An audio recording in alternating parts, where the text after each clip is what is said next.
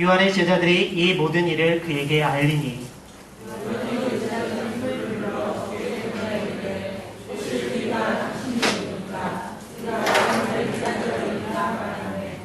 그들이 예수께 나아가 이르되 세례 요한이 우리를 보내어 당신께 여쭈어보라고 하기를 오실 그이가 당신이 오니까 우리가 다른 일을 기다리울까 하더이다.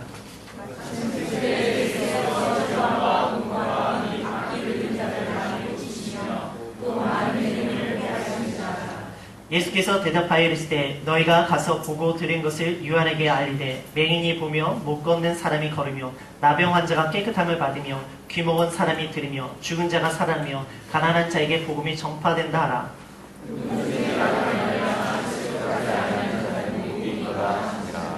아멘. 할렐루야. 오늘 이곳에 오신 여러분들 주님의 이름을 축복합니다. 우리 함께 선포하기 원합니다. 나는 하나님의 사람입니다. 나는 하나님의 사람입니다. 나는 하나님의 복된 사람입니다. 나는 하나님의 복된 사람입니다. 우리 옆에 있는 분들의 선포하겠습니다. 당신은 승리자입니다. 당신은 승리자입니다. 크리스마스가 성큼 우리 앞으로 다가왔습니다. 그러나 화려한 것이 아니라 우리의 순수한 모습으로 하나님께 예배드리며 예수님을 경배할 수 있는 모습이 되어지기 원합니다. 금요일날 성탄 예배가 있습니다. 금요일날 성탄 예배도 참 중요하지만 저희 마음과는 금요일날 그 성탄 새벽 예배 또한 중요하다고 생각되어집니다. 목자들이 새벽에 천사들을 만나서 예수님을 경배했던 것처럼 동방 박사가 새벽별을 보고 예수님을 경배했던 것처럼 우리 모습 가운데 준비되어지고 순수함으로 그 이 땅에 오신 낮고 낮은 이 땅에 오신 예수 그리스도 경배하고 만나는 저와 여러분들 되어지기를 주님의 이름으로 축복합니다. 아멘. 지난주에 과부의 아들을 살리시는 말씀을 우리가 들었습니다. 예수님은 그 과부를 보시고 함께 아파하셨습니다. 그리고 그 아픔을 가지고 그에게 다가가셨습니다. 그리고 예수님은 죽은 자에게 말씀을 선포하시고 그 말씀은 죽은 자에게도 이루어지는 말씀이었습니다. 과부의 모습 가운데는 어떤 믿음의 행위나 믿음의 고백은 없었습니다. 그러나 예수님은 그 여인의 아픔을 보시고 그곳에 다가가셨으며 그에게 말씀하시고 죽은 아들이 살아나는 기적과 은혜를 베풀어 주셨습니다. 예수님의 은혜는 은혜 받을 만한 자격 있는 사람에게 은혜를 주시는 은혜가 아니라 은혜 받을 수 없는, 은혜 받을 자격이 없는 우리에게도 주시는 예수 그리스도의 은혜라는 것이죠. 오늘 이 시간 우리들의 모습 가운데 그 예수 그리스도의 은혜를 받고 누릴 수 있는 저와 여러분들 되어지기를 주님의 이름으로 축복합니다. 또한 이 은혜가 은혜로만 끝나는 것이 아니라 은혜를 주신 예수 그리스도를 고백하기에 믿음으로 일어나기에 주님 안에서 더욱더 큰 믿음이 일어나기를 더더욱 주님의 이름으로 축복합니다. 오늘 본문은 세례 요한이 예수님께서 하시는 일들을 세례 요한이 듣고 오실 그이가 당신입니까? 라는 질문으로 시작되어지는 본문입니다. 그리고 이 질문에 예수님께서는 그 세례 요한의 제자들에게 내가 하고 있는 것을 보고 듣고 가서 전하라 라고 말씀하고 계세요. 그리고 마지막으로는 나로 말미암아 실족하지 아니하는 자가 복되도다 라고 하시며 말씀을 맺고 계십니다. 세례 요한이 어떤 사람입니까? 세례 요한은요 천사의 계시를 통해서 이 땅 가운데 태어난 사람입니다. 또한 그는 태어나서 그리고 성장하고 나서 모든 것을 포기하고 광야에서 석청과 메뚜기를 보며 하나님의 나라에 대해서 선포했던 사람이 세례 요한입니다. 또한 하나님의 아들 예수 그리스도에게 세례를 베풀었던 사람이 세례 요한입니다. 그래서 예수님께서는 세례 요한을 향하여 여인이 낳은 자 중에 가장 위대하고 가장 위대한 자가 바로 세례 요한이라고 말씀하세요.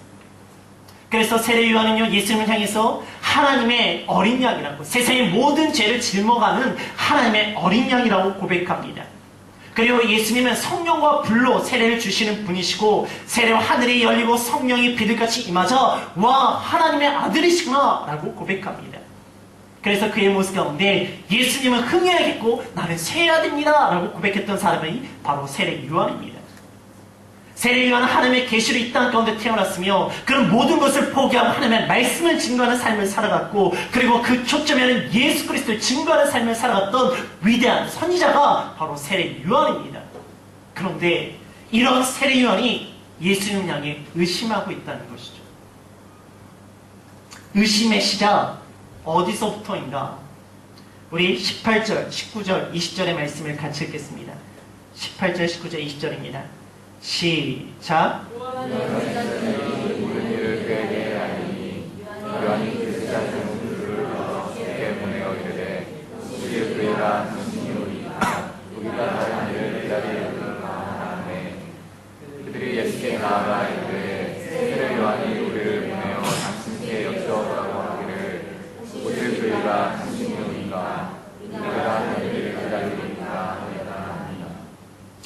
18절에 이 모든 일에 한번 밑줄 쳐보시고요. 19절에 오실 그이가 당신, 그리고 그 다음에 다른이, 거기도 밑줄 한번 쳐보세요. 세례요한은 제자를 통해서 예수님께서 하신 일들을 듣게 되어집니다. 이 모든 일들이 무엇일까요? 누가복음의 기록으로 보면은 그 앞에 누가복음 4장에는 병자를 치유하시는 예수님이 기록되어 있습니다. 누가복음 5장에는 어부와 세리를 제자로 부르시고 중풍병자를 치유하시는 본문이 기록되어 있어요. 누가복음 6장에는 예수님께서 안식일에 치유를 하시고 그리고 12제자를 부르시며 원수를 사랑하고 용서하고 겸손하게 말씀대로 살아가는 말씀이 있습니다. 그리고 7장에는 백부장의 종을 치유하시고 그리고 과부의 아들을 치유하시는 죽었던 자를 살리시는 본문이 기록되어 있어요. 이 모든 것을 들었는데 세례 요한은 이런 질문을 던지고 있습니다. 이런 예수님의 모습 가운데 무엇이 문제가 있습니까? 뭐가 잘못됐습니까? 그러나 세례 요한은 예수님의 잘못된 모습이 보입니다. 그 이유는 세례 요한이 옥에 갇혀있기 때문이에요. 오늘의 본문과 동일한 사건이 마태복음 11장에 기록되어 있습니다. 우리 마태복음 11장 2절과 3절의 말씀을 같이 읽겠습니다. 2절과 3절입니다. 시작. 여기서 계속해서 하신 일을 듣고 제자들을 보내어 예수께 여짜오되 오실 그이가 당신이 오니까 우리가 다른 일을 기다리오니까. 헤롯 왕이 자기 동생 빌립의 아내 헤로디아를 아내로 취하자. 그리고 끊임없이 헤롯 왕이 악행을 하자 세례 요한이 그것을 가지고 계속 이야기를 했어요. 그러니까 그 이야기를 듣기 싫었던 헤롯 왕이 그 세례 요한을 감옥에 가두었습니다. 세례 요한이 지금 감옥에 있는 이유는 그가 잘못했기 때문에, 죄가 있기 때문이 아니라 하나님의 공의와 하나님의 뜻을 증거하다가 그는 가둠을 당하게 되었습니다. 그런데 예수님은 이런 자신을 돌보지 않는 거예요. 내가 이렇게 억울하게 옥에 갇혀있는데 내가 옥에서 나올 수 있도록 어떤 것도 하고 있지 않습니다. 그리고 심지어 내가 옥에 억울하게 갇혀있는데 예수님께서 세례 요한에 찾아온 적도 없어요. 세례 요한의 인간적인 마음이 어땠을까요? 내가 그 사람을 위해서 어떻게 했는데, 내가 예수님을 증거하기 위해서 어떻게 했는데, 내가 얼마나 헌신하고 수고하고 얼마나 고생했는데, 내가 예수님을 증거하기 위해서 어떤 말들을 했는데, 백부장의 종을 치유해 주시고 과부의 아들은 살리시는 그분이 왜 옥에 갇혀있는 나에게는 다가오지 않냐는 것이죠. 왜 나를 돌아보지 않냐는 거예요. 인간적인 선한 마음이 들지 않겠습니까? 우리 삶 가운데 고난과 고통이 찾아올 때가 있죠. 내가 정말 열심히 섬기고 기도하고 말씀대로 살아가는데 여전히 우리 가운데 고난과 고통이 찾아올 때가 있습니다. 그래서 믿음으로 기다려봅니다. 기도하며 기다려봅니다. 그런데 이상하게도 나는 열심히 섬기고 하나님을 예배했는데 나의 은혜와 기적과 응답이 없고 오히려 다른 사람의 은혜와 기적과 응답이 있다면 그럴 때 우리는 마음의 옥에 갇혀서 하나님을 향한 불평과 원망과 또한 분노가 일어나는 모습이 있습니다. 하나님, 어떻게 저에게 이러실 수가 있나요? 제가 어떻게 섬겼는지 아시지 않아요? 그런데 왜 나에게 이런 응답이 일어나지 않고 은혜가 일어나지 않습니까? 아무리 신앙이 좋아도요, 아무리 교회를 열심히 섬겼다 할지라도요, 우리의 모습 가운데 마음의 옥에 갇히는 순간 우리 가운데 일어나는 불평과 원망과 서운한 모습이 있습니다. 두 번째로는요, 자신의 기대어 달렸던 예수님의 모습입니다. 세례 요한과 예수님의 첫 번째 메시지는 동일했습니다. 회개하라, 천국이 가까이 왔다였습니다. 그러나 그 이후로 세례 요한의 메시지와 예수님의 삶은 달라지기 시작합니다. 세례 요한의 메시지는 뭔가 누가복음 3장 7절입니다. 같이 읽을까요? 시작. 너희 세례받으러 나오는 무리에게 이르되 국사의 자식들아 누가 너희에게 이르러 상상하고 있음을 따라. 누가복음 3장 9절입니다. 시작. 이미 네가 우리의 그것이니 누구를 내지 아니하니라 마라 직접 그래 던져지라. 17절입니다. 시작. 손에 길을 두고 자기의 가장마당을 정하게 하사 알고와 국가에 드리고 종교는 꺼지지 않는 그의 것이라. 세례 요한은 임박한 심판에 대해서 말씀을 선포했어요. 그리고 그 심판자가 누군가? 바로 예수님이십니다. 그런데 심판을 행해야 될 예수님이 어떻게 하고 있습니까? 이 땅의 구원자는 민족의 배반자 로마를 파괴하고 멸망시키고 우리를 구원시켜야 될 그분께서 어떻게 하시는가? 오히려 민족의 배신자인 세리마태를 제자로 부르시고 계세요. 그리고 그들과 함께 식사를 하고 계시고 제누가 함께하고 계십니다. 뿐만 아니라 이스라엘을 정복한 로마의 백부장의 종도 치유해 주시는 분이 예수님이세요. 독사의 자식들이며 심판의 대상이며 그들은 뿌리에 도끼가 박혀서 찢어져야지 돼요. 그리고 꺼지지 않는 불에 던져질 대상들과 함께 예수님이 그들과 함께 있으며 그들을 부르시고 그들과 함께 식사하시고 그들을 치유하고 계시고 있는 거예요. 뿐만 아니라 마태복음 9장 13절을 보면 나는 의인을 부르러 온 것이 아니라 죄인을 불러왔다고 이야기하세요. 아니 어떻게 예수님이 그러십니까? 의인을 찾아서 의인을 구원해주고 죄인을 심판하셔서 예수님께서 오히려 나는 의인을 부르러 온 것이 아니라 죄를 불러왔다라고 말씀하고 계세요. 그러니 옥에 갇혀있던 세례 요한의 마음이 어떻겠습니까? 내가 기대했던 예수님이 아니에요. 내가 원하는 메시아가 아니에요. 그러니까 세례 요한이 당신 그분 맞냐고, 정말로 당신이 그분이 맞냐고 묻고 있습니다. 예수님에 위해 헌신했던 자신을 돌아보지 않는 예수 그리스도, 자신의 기대와 달리 오히려 심판의 대상들과 함께하고 있는 예수 그리스도, 그 가운데 그런 흔들림이 일어나고 있습니다. 우리 신앙 속에서 우리가 흔들릴 때가 있죠. 내 마음에 선함이 일어날 때, 내 가운데 내가 생각했던 대로 내 기대와 다를 때 우리 가운데 의심도 일어나고 시험도 들고 실족할 때도 있습니다. 이런 모습은 세례 요한조차도 일어나는 모습이에요. 근데 중요한 것은 이런 의심이 일어날 때 이 의심을 어떻게 해결하느냐가 중요합니다. 세례 요한도 이런 의심이 일어나는데 하물며 우리의 모습은 어떻겠습니까? 우리가 그 의심을 계속 가지고 있고 이 의심을 묵상하면 묵상할수록 오히려 우리 가운데 분노와 배신감이 일어납니다. 가룟 유다는 예수님과 함께 3년을 보냈던 제자입니다. 예수님의 말씀과 기적을 체험합니다. 그러나 결국 그는 예수님을 떠납니다. 은 30에 예수님을 팔아버립니다. 그리고 자기 스스로 자살을 선택합니다. 아무리 제자여도 예수님과 함께 3년 동안 말씀을 듣고 기적을 체험하고 은혜를 경험했다 할지라도 신앙의 흔들림이 일어날 때 그 가운데 예수님을 떠나게 되어지고 예수님을 팔아버리고 스스로 자기의 삶을 포기하는 모습이 일어납니다. 그러나 세례 요한은 어떻게 했는가? 우리 19절의 말씀을 다시 보도록 하겠습니다. 누가복음 7장 19절입니다. 19절 보면은 거기에 주께 보내어 이르되, 한번 밑줄 쳐보세요. 20절에 예수께 나아가 이르되, 그것도 밑줄 치세요. 세례는 이 흔들림이 일어날 때, 이 의심이 일어날 때 세례는 혼자 고민하며 결정한 것이 아니라고요.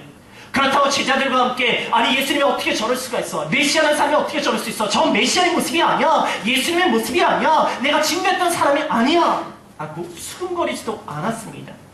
오히려 그 의심과 그 흔들림을 가지고 예수님께 이야기하는 거예요.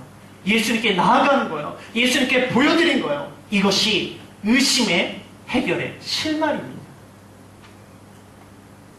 우리 신앙생활 가운데 우리가 서운한 적이 없겠습니까? 시험이 들 때가 없겠습니까? 의심이 들고 우리가 실족하고 넘어질 때가 없습니까? 그러나 그때마다 우리가 스스로 판단하고 결정하는 것이 아니라 그 모습을 가지고 주님 앞에 나아가는 것, 그것이 바로 우리들의 의심의 해결의 실마리의 시작입니다. 오늘 이 시간 우리들의 모습 가운데 수많은 신앙생활을 하면서 내 가운데 다가오는 신앙의 흔들림들, 그것을 가지고 스스로 결정을 판단하는 것이 아니라 예수님께 나아갈 수 있는 저와 여러분들이 되어지기를 주님의 이름으로 축복합니다. 그러면 의심의 해결의 실마리가 예수님께 나아가는 것이라면 의심의 해결은 어떻게 하는 것인가? 의심에서 복음으로입니다. 우리 21절과 22절의 말씀을 같이 읽겠습니다. 21절과 22절입니다. 시작.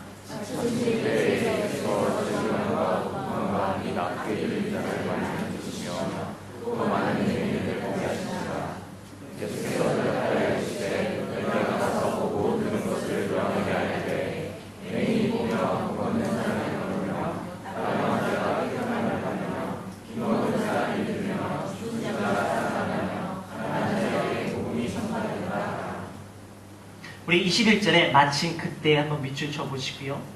22절에 보고 드린 것, 밑줄 쳐보시고 마지막에 복음에 한번 동그라미를 쳐보세요.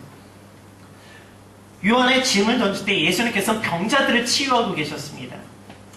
그들에게 말씀하시기를 보고 들은 것을 요한에게 전하라. 그것의 핵심이 뭡니까? 그것은 복음이에요. 복음이 무엇인가? 가끔 뉴스에서 사복음서 외에 다른 복음서가 발견됐다는 그런 뉴스를 들릴 때가 있습니다. 근데 최근에 5번째 복음서가 있다는 주장이 있습니다.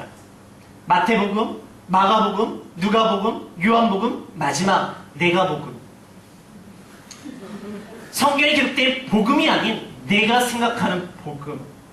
우리의 믿음이 흔들리고 의심이 가장 큰 이유가 뭔가? 그것이 혹시 다른 복음이 아니라 내가복음 때문에 아닐까요? 성경에 기록된 복음보다는 내가 생각하는 복음을 더 따르고자 하는 모습들. 그래서 예수님이 주인공이 아니라 내가 주인공이 되어지고 예수께서 말씀하신 복음이 아니라 내가 생각하는 복음을 따르려는 모습들. 그래서 성경에 기록된 복음을 묵상하며 그것을 따르려고 하는 것이 아니라 내가 생각하는 내가 복음을 묵상하며 그것들을 따르려는 모습들이 우리 가운데 있지 않냐고요. 예수께서 말씀하신 복음은 무엇인가? 맹인이 보며 못 걷는 자가 걸으며 나병 환자가 깨끗함을 받으며 귀먹은 사람이 들으며 죽은 자가 살아나며 가난한 자에게 복음이 전파되는 것. 이 말씀은 예수님의 성전 설교 가운데 있었던 말씀과 동일합니다. 우리 누가복음 4장 18절과 19절의 말씀을 같이 읽겠습니다. 시작.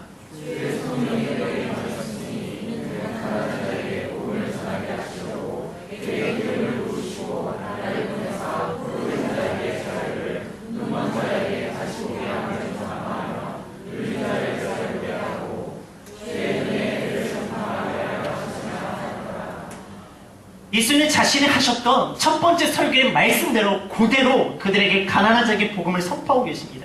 그 복음이 은혜라고, 은혜가 뭐라고요? 우리를 받아주시는 것이라고요. 그 은혜가 있었기 때문에 우리가 예수를 고백할 수 있고 우리가 이 자리에 있지 않습니까? 구약의 약속이 신약에 와서 예수를 통해서 그 은혜와 그 복음이 바뀌었는가? 아니에요. 예수님의 이 성전 설교는 사실 이사 61장 1절과 2절의 말씀과 동일한 말씀이에요. 그래서 구약에서 이사를 통해서 메시아가 오면 이런 말씀과 이런 삶을 살아갈 것이다 라고 예언이 됐고요. 예수님의 삶을 시작하면서 나는 이런 삶을 할 거야 라고 성전 설교를 하셨고요. 오늘의 본문의 말씀과는 그대로 그 말씀과 예언대로 살아가고 있는 예수님의 모습을 보여주고 계십니다. 세례를 하는 심판자 예수 그리스도를 기대했어요. 죄인들을 심판하고 의인들을 구하시는 심판자. 그래요, 그것도 맞아요. 그러나 그것은 마지막 때예요. 쭉장이를 불살내는 심판자. 그러나 예수님은 의인을 부르러 오신 것이 아니라 죄인을 부르러 오셨습니다. 왜? 시편 14편 2절과 3절을 보겠습니다. 시편 14편 2절에 3절입니다. 시작.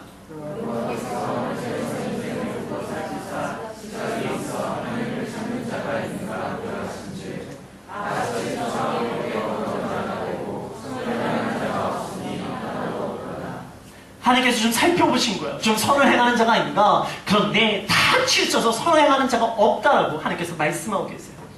그래서 로마서 3장 10절에 사도 바울이 선포합니다. 의인은 없나니 하나도 없다고. 이 땅에 의인은 없습니다. 하나님 마음에 합당한 의인이 없어요. 하나님의 마음에 합당하게 선을 행하는 자가 아무도 없다고요. 그래서 이 땅에 의인을 찾을 수가 없는 거예요. 그래서 예수님이 이 땅에 오신 것은 의인을 찾으러 온 것이 아니라 죄를 부르러 오셨고 그 죄를 통하여 예수 그리스도 만남 통해 그들의 의인되게 하시기 위해서 이 땅에 오셨다고요. 이게 복음이고요. 이게 은혜라고요.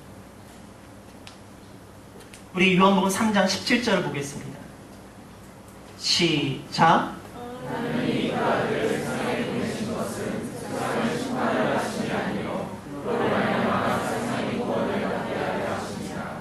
우리 12장 47절도 같이 읽겠습니다. 시작.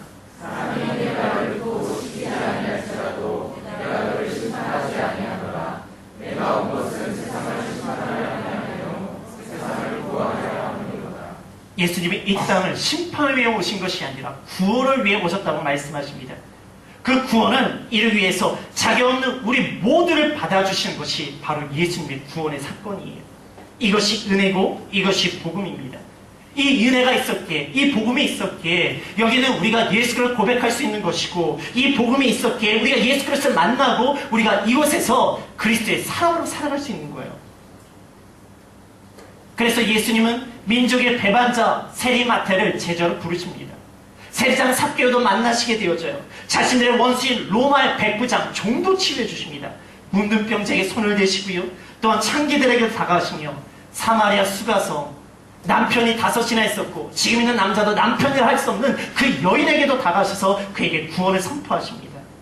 그리고 이런 오동성 목사도 받아주시고 여기는 우리도 받아주셔서 우리가 지금 이 자리에 있는 것 아니냐고. 내가 의심이 들고 내 마음에 상처가 들 때, 내 신앙이 흔들릴 때, 내 죄악된 모습을 해서 내가 도저히 용납이 되어지지 않고 또다시 내가 죄를 무너질까봐 두려움과 의심이 들 때, 그때 의심의 자리에 있지 마시고 복음의 자리로 가십시오. 그곳에는 여전히 나를 기다리시고 나에게 다가오시며 나를 치유해 주시고 나의 눈과 귀를 열게 하셔서 보게 하시고 듣게 하시며 나를 깨끗하게 하시고 나를 자유케 하시는 예수 그리스도께서 여전히 계십니다. 오늘 시간 우리들의 모습 가운데 의심의 자리에 있는 것이 아니라 복음의 자리로 복음을 바라볼 수 있는 저와 여러분들 되어지기를 주님의 이름으로 축복합니다. 마지막 의심의 해결은 복음을 복음으로 받아들이는 것이 복입니다. 우리 23절의 말씀을 같이 읽겠습니다. 23절입니다. 시작.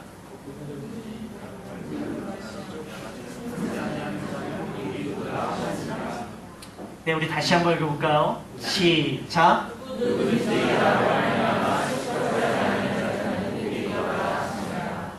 23절에 나에 한번 동그라미 치시고요. 실족에 동그라미 치시고요. 복에도 동그라미 쳐보세요. 예수님의 복음을 선포하시며 결론을 말씀하십니다. 나로 말미암아 실족하지 아니하는 자가 복이 있다고 말씀하세요. 이 말씀을 또다시 이야기하면 나로 인해 실족할 수 있는 사람이 있다는 말씀도 되어집니다. 여러분, 우리가 마태복음 18장 6절 잘 알고 있는 말씀이에요. 누군가를 실족하게 하면 어떻게 하라고 예수님께서 이야기하셨습니까? 연자맷돌을 목에서 두르고 어떻게 하라고요? 바다에다 던지우는 게 더 낫다고 말씀하세요. 그럼 예수님도 그렇게 할까요? 이사야 8장 14절과 15절의 말씀을 같이 읽겠습니다. 이사야 8장 14절과 15절입니다. 시작. 이사야 8장 14절과 15절입니다. 시작.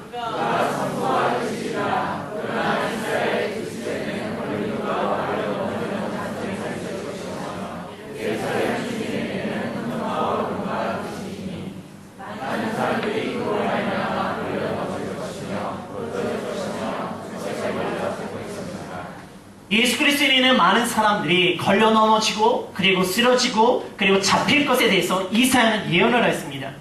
그리고 예수님 당시 실제적으로 예수님의 고향에서 예수님의 고향 사람들이 예수님을 배척한 모습이 있었어요. 바리새인과 사두개인과 대상들은 끊임없이 예수님과 논쟁했으며 끝내는 예수님을 죽이는 모습도 있었습니다. 또한 예수님도 마태복음 24장 9절과 10절에 또한 예언을 하십니다. 같이 읽겠습니다. 시작.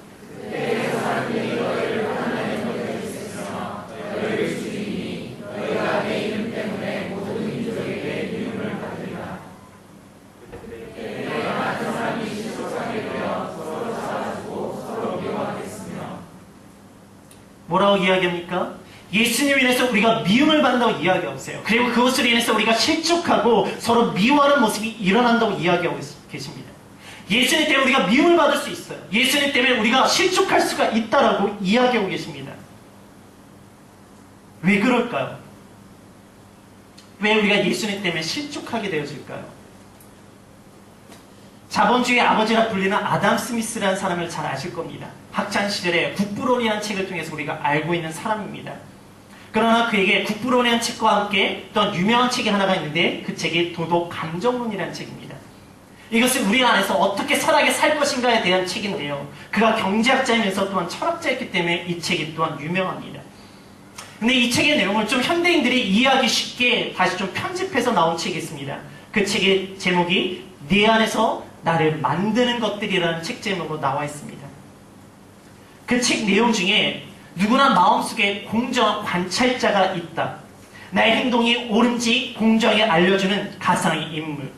공정한 관찰자 덕분에 우리는 한 걸음 물러나서 자신을 객관적으로 바라볼 수 있다라고 되어 있더라고요. 이런 공정 관찰자가 있기 때문에 그래서 우리가 선해질 수 있다라고요. 그런데 과연 공정 관찰자가 우리 안에 있나요? 사람들은 나름대로 내가 객관적으로 볼 때, 내가 삼자 입장에서 봤을 때, 내가 공정하게 봤을 때 라고 이야기를 합니다. 근데 정말로 공정한 사람이 있냐고요? 정말로 객관적으로 보는 사람이 있냐고요? 정말 삼자 입장에서 보는 사람이 있냐고요? 시대와 환경, 문화, 배경, 나이에 따라서 우리는 세상의 기준과 나의 기준은 언제나 바뀌었잖아요. 그런데 우리는요, 세상의 기준과 나의 기준이 객관적이라고, 공정하다고 생각하는 모습이 있습니다. 그럴 때 하나님께서 우리에게 뭐라고 말씀하신다고요? 시편의 말씀 가운데 모든 사람이 치우쳤는데 선을 행하는 사람 아무도 없다.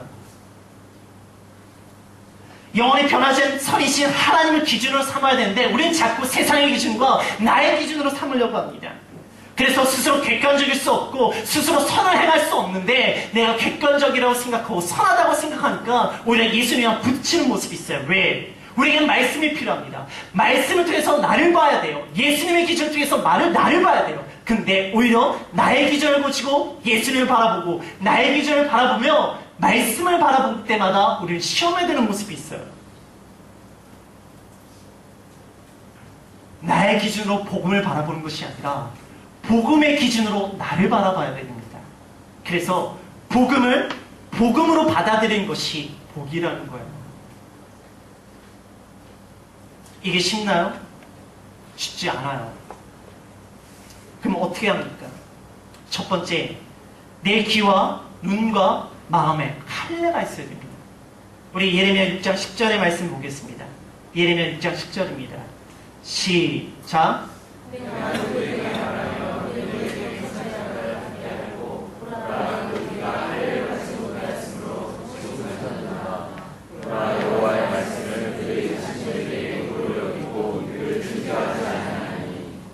여호와의 말씀을 내 귀에 할례가 일어나지 않으니까 여호와의 말씀이 받아들여지지 않을 뿐만 아니라 그 여호와의 말씀이 내게 욕으로 다가온다는 거예요. 우리가 복음을 복음으로 받아들이기 위해서는 우리의 귀에 할례가 일어나야 됩니다. 우리의 귀에만 할례가 일어나는 것이 아니라 우리의 눈과 우리의 마음에도 할례가 일어나야 돼요. 그래서 성령이 끊임없이 마음을 찌시며 마음의 할례가 중요하다고 하는 이유가 복음을 복음으로 받아들이기 위해서. 왜? 우리가 보여지는 세상, 들려지는 소리에 자꾸 말씀이 아닌 세상의 것들과 나의 것들로 계속해서 채워지고 있는 거예요. 왜 큐티가 그렇게 중요하다고 제가 선포하는 이유가 뭔지 아십니까? 우리는 끊임없이 세상의 귀를 듣고 있어요. 세상의 것들을 바라보고 있어요. 그러니까 마음판에 말씀이 새겨지기보다는 세상의 기준과 세상의 것들로 가득 차게 되어집니다. 그래서 말씀으로 그것들을 찢어내는 할례가 일어나야 돼요. 말씀이 아닌 것이 내 귀에 들려오고 있다면 그 말씀을 그걸 찢어내는 거예요. 말씀이 아닌 것이 내 눈에 보여진다면 말씀을 그걸 찢어버리는 거예요. 말씀 안에 내 마음판에 있다면 말씀을 그걸 찢어버리는 거, 그 할례가 우리 가운데 일어날 때 말씀이 말씀으로, 예수 그리스도가 예수 그리스도로, 복음이 복음으로 우리에게 다가옵니다. 오늘 시간 우리들의 모습 가운데 정말 복음을 복음으로 받아들이기 위해서 말씀의 할례가 일어나기를 주님의 이름으로 축복합니다. 두 번째는 뭔가 그분의 인자와 긍휼, 성실을 의지하는 것입니다. 예레미야 3장 22절과 23절입니다. 시작.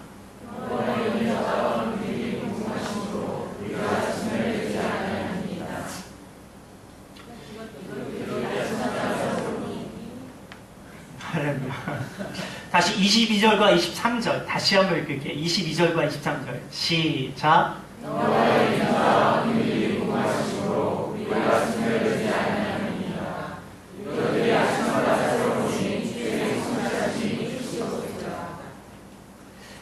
이스라엘 백성들의 죄로 인해서 이스라엘 멸망이 되었습니다. 그것을 바라봤던 선지자 예레미야 심장이 막 찢어질 것 같은 거야. 너무 괴로운 거야. 그래서 소망이 없다. 이제 다 끝났다. 라고 이야기하고 나서 다시 이야기를 시작합니다. 왜? 소망이 없고 다 무너진 땅이지만 그가 보여지는 상황 가운데 소망이 없다고 느껴졌지만 다시 생각해보니까 소망이 있어요. 누구 때문에? 하나님의 인자와 하나님의 긍휼과 하나님의 성실을 생각하니까 희망이 있다고 소망이 있다고 이야기하고 있습니다. 내 상황이 옥에 갇혀있고 사람이 날 돌보지 않는 것 같고 내 마음속에 서운함이 일어납니다. 그리고 내 주변의 것들이 나를 도울 것이 없어서 내 마음속에 절망과 두려움과 염려를 가득 차고 있어요. 그래서 소망이 없다, 포기하자라고 할 때 우리가 기억해야 될 것이 뭐라고요? 하나님의 인자와 하나님의 긍휼과 하나님의 변함없는 성실을 기억하라고 이야기하는 거예요. 그럴 때 모든 것이 무너진 땅 속에서도 우리가 소망을 볼 수 있고 우리가 다시 일어날 수 있는 희망이 일어날 수 있다고. 우리 가운데 신앙이 흔들릴 때가 있죠. 신앙이 의심이 들 때가 있습니다. 내가 시험에 빠져서 헤맬 때가 있어요. 그러나 그때 뭘 기억해야 된다고요?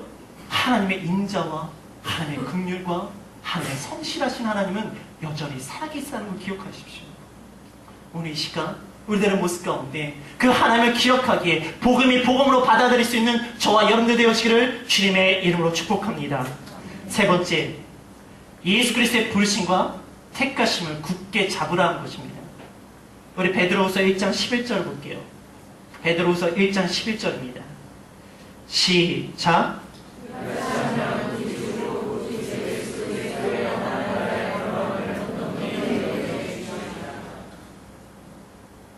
어떻게 한다고요? 다시 베드로후서 1장 11절 같이 읽겠습니다. 시작.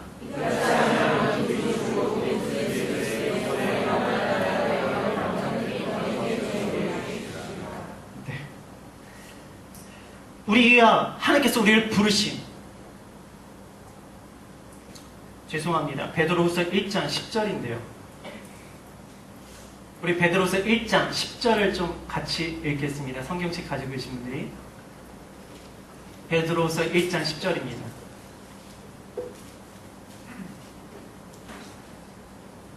같이 읽어볼까요?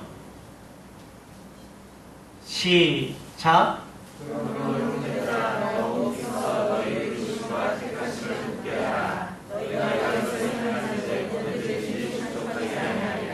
뭐라고 되어 있습니까? 너의 부르심과 택하심을 굳게 잡으라. 이것으로 인해서 우리가 실족하지 아니한다라고 되어 있어요. 세상은 계속해서 우리를 흔들어 버립니다. 넌 하나님의 사람이 아니야. 넌 여전히 죄악에 있고 너에게 희망이 없고 너에게 소망이 없어. 넌 모든 사람을 잊어버렸어. 네가 헌신하면 뭐하니? 네가 교회에다 열심히 봉사하면 뭐하니? 아무도 인정해주지 않고 돌아보지 않잖아. 우리의 마음을 흔들어 버립니다. 그러나 기억하십시오. 여전히 우리는 하나님의 사람이며 하나님께 우리를 인정해 주시고 하나님께 우리를 택하시고 우리를 부르셨다는 그 사실을 놓치지 말라고 이야기합니다. 그러면 우리가 실족하지 아니한다. 오늘 이 시간 우리들의 모습 가운데 세상이 나를 오게 가두고 세상이 나에게 의심들게 하고 실족하게 하고 시험에 들고 내 마음을 흔든다 할지라도 여전히 나는 하나님의 사람이며 하나님의 복된 사람이며 하나님 안의 승리자며 하나님의 아들이며 하나님께서 나의 아버지임을 고백할 수 있는 저와 여러분들 되어지기를 주님의 이름으로 축복합니다. 우리 말씀을 정리하겠습니다. 우리가 신앙생활을 하다 보면은 내 상황과 내 기대와 다른 모습으로 인해서 내 신앙이 흔들리고 상처받고 시험에 들 때가 있습니다. 그럴 때 우리가 어떻게 해야 되는가? 세례 요한처럼 그 마음을 예수님께 가지고 가야 됩니다. 그리고 내 기준과 내 기대가 아닌 성경에 기록된 복음을 보아야 합니다. 그 복음을 복음으로 받아들인 것, 이것이 복이라는 거예요. 그리고 내 상황이 힘들고 기다리다 지친다 할지라도 그곳에서 내 귀와 눈과 마음의 말씀의 할례를 통하여 여전히 나와 함께 하시는 인자와 긍휼의 하나님, 성실하시는 하나님을 바라보기에 그 하나님의 택하심과 부르심 가운데 흔들리지 아니할 때 우리는 실족하지 아니하고 시험에 들지 아니하고 의심의 자리에 있는 것이 아니라 복음의 자리에 있는 저와 여러분들이 되어지기를 주님의 이름으로 축복합니다. 이 시간 우리 함께 찬양하기 원합니다.